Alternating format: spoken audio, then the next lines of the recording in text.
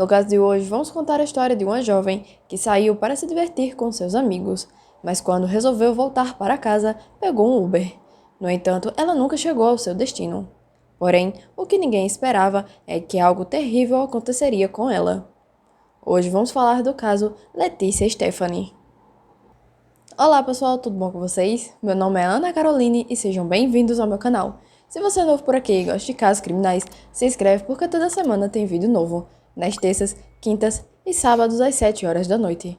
Aproveite e curta esse vídeo, não custa nada e você estará contribuindo com o crescimento do canal. Sem mais enrolações, vamos para o caso de hoje.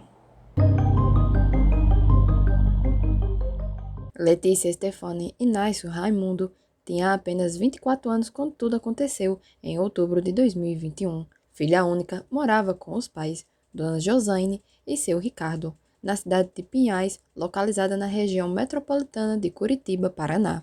Letícia era descrita como uma jovem extremamente bela e de sorriso fácil. Desde muito nova, sempre demonstrava ser bastante responsável e dedicada ao trabalho. Aos 16 anos, começou como jovem aprendiz. Em seguida, fez curso técnico de enfermagem, com o objetivo de, ao concluir o ensino médio, iniciar uma carreira como técnica e apoiar financeiramente a família nas despesas domésticas. A família de Letícia vivia com recursos limitados e não tinha condições de pagar uma faculdade. Por isso, assim que concluiu o curso técnico, ela conseguiu um emprego como técnica de enfermagem no Hospital Universitário Cajuru, em Curitiba. Com seu salário, ela conseguiu custear os estudos na faculdade de enfermagem. Na época dos acontecimentos, Letícia estava no último semestre do curso e já fazia estágios. Assim, além de estudar e trabalhar no hospital, ela também cumpriu suas horas de estágio. Seus pais dizem que, desde pequena, ela sempre se ofereceu para realizar seus sonhos, o que lhe deu muita alegria. Como muitos jovens de sua idade, Letícia gostava de sair com os amigos para se divertir e se distrair. Ao longo de sua vida, ela teve 2 relacionamentos. O primeiro, que durou cerca de 4 anos, foi marcado por episódios de violência. A relação começou em 2016 e terminou em 2019, quando Letícia registrou um boletim de ocorrência contra o ex-companheiro, devido a perseguições constantes. No dia 6 de abril daquele ano, ela foi à delegacia solicitar uma medida protetiva. Não sabemos exatamente como o processo se desenrolou, mas felizmente o homem deixou de procurá-la depois disso.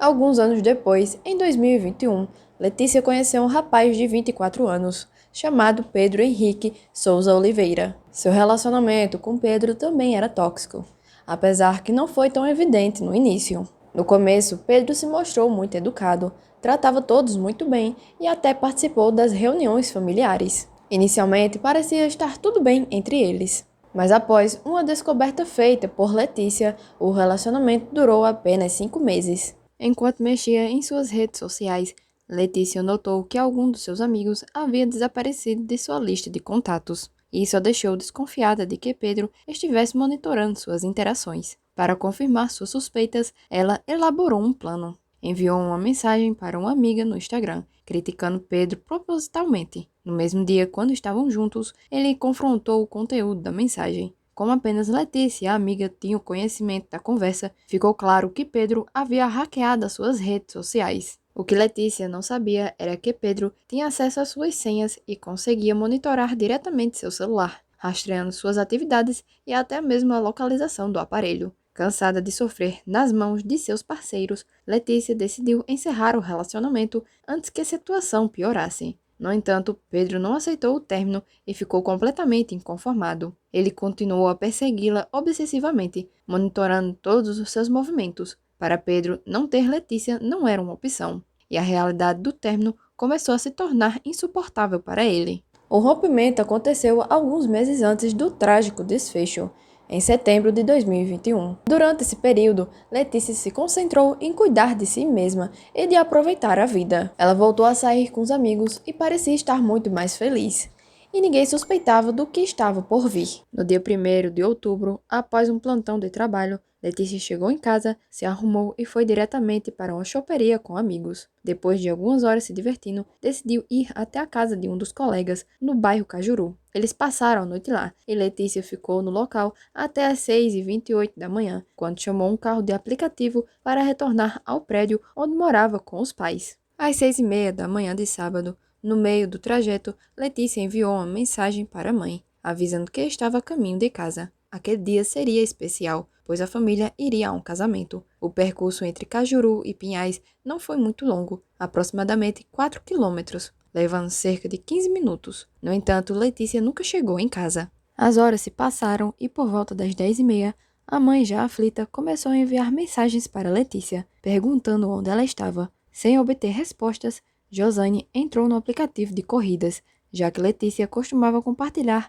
as mensagens para se sentir mais segura. Foi então que Josane viu que sua filha havia entrado no carro exatamente às 6h28 e foi deixada no destino às 6h38. Contudo, Letícia nunca chegou ao apartamento. O aplicativo indicava que a corrida havia sido concluída e que o carro parou na rua onde moravam, mas Letícia nunca entrou no condomínio. Diante do desaparecimento de Letícia, uma busca foi rapidamente iniciada. Os familiares registraram um boletim de desaparecimento na delegacia, fornecendo todos os detalhes sobre a jovem e o último momento que ela foi vista. Informaram também que Letícia não tinha inimigos, mas que sofreu nas mãos dos seus ex-namorados. Considerando essas informações, a polícia deu início às investigações. Foi apenas na tarde do dia seguinte que Letícia foi encontrada, e bem mais perto do que todos imaginavam. Um morador do condomínio, enquanto descia as escadas, notou manchas de sangue no corrimão. Ao olhar sobre a escadaria, ele encontrou o corpo da jovem. O morador identificou Letícia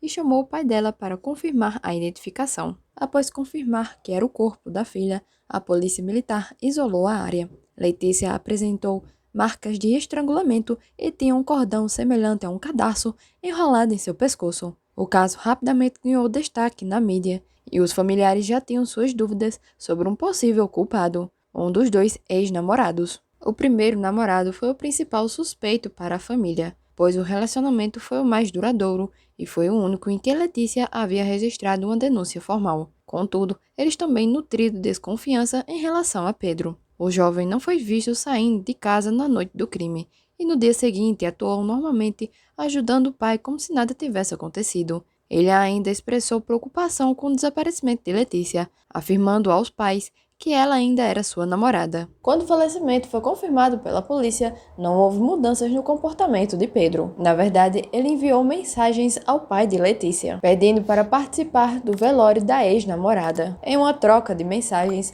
Pedro expressou seu desejo de comparecer ao enterro. Ricardo concordou e respondeu ok, mas sua esposa, a mãe de Letícia, se sentiu desconfortável com a situação, ciente do relacionamento conturbado que Pedro teve com sua filha. Ela impediu o marido de convidar o rapaz e deixou claro que Pedro não deveria ir à cerimônia. Josane começou a suspeitar de Pedro como possível responsável pelo crime. A polícia foi notificada sobre essa situação e se deslocou até a casa do suspeito, localizada no bairro Vila Amélia, em Pinhais. Ao chegarem, perceberam que Pedro havia coberto com maquiagem algumas marcas escuras no rosto, nos olhos e no peito. Durante o interrogatório, Pedro confessou o crime. Ao ser conduzido à delegacia, Pedro declarou em depoimento que havia sido agredido por Letícia e que se sentia arrependido. Durante seu depoimento, ele aparentou confusão em algumas respostas, chegando a se contradizer pelo menos 2 vezes. Segundo Pedro, no dia do crime,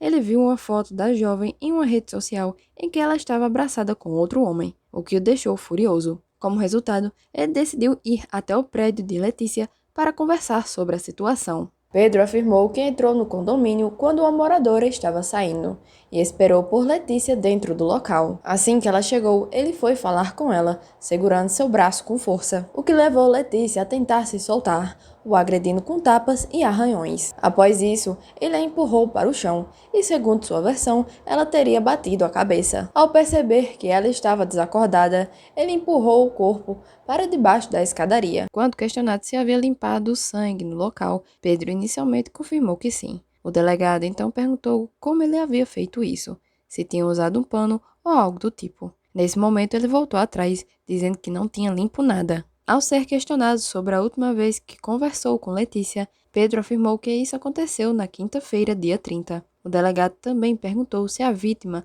havia convidado o suspeito para ir ao casamento que ela iria com a família no sábado. Nesse momento, Pedro balançou a cabeça e disse que não, mas ao receber uma cotovelada de seu advogado, rapidamente alterou sua resposta, afirmando que sim, mas sem fornecer mais detalhes. Segundo a versão de Pedro, ele teria sido convidado para o casamento e gostaria de falar com Letícia, mas não tinha conseguido contatá-la por telefone. Ele alegou que foi para o prédio de madrugada de Uber e ficou aguardando por horas. No entanto, ao ser questionado se ele teria tentado mandar mensagens para Letícia, ele respondeu que não, afirmando que estava apenas aguardando a oportunidade de falar com ela. Naturalmente, tanto o delegado quanto os investigadores duvidaram de sua versão. Quando questionado sobre o cordão no pescoço da vítima, Pedro afirmou que não se lembrava do ocorrido e ficou visivelmente nervoso. Ele também afirmou ter pego alguns pertences de Letícia, como seu celular e um agasalho, e o jogado em um matagal. Bombeiros realizaram buscas na área, mas não encontraram nada. É possível que os objetos tenham sido levados por pessoas em situação de rua, que circulavam pelo local. A prisão preventiva de Pedro foi decretada e ele aguardou o julgamento por aproximadamente 1 ano e 4 meses. O julgamento ocorreu no dia 16 de fevereiro de 2023 e durou cerca de 12 horas. Ele foi considerado culpado pelo tribunal do júri pelos crimes cometidos contra Letícia e condenado a 20 anos e 9 meses de prisão em regime fechado. Até hoje, a família da jovem enfrenta um enorme sofrimento. Esse foi o caso de hoje e eu espero que vocês tenham gostado. Me conta aqui embaixo o que vocês acharam e eu vou ficando por aqui. Um forte abraço e nos vemos no próximo vídeo.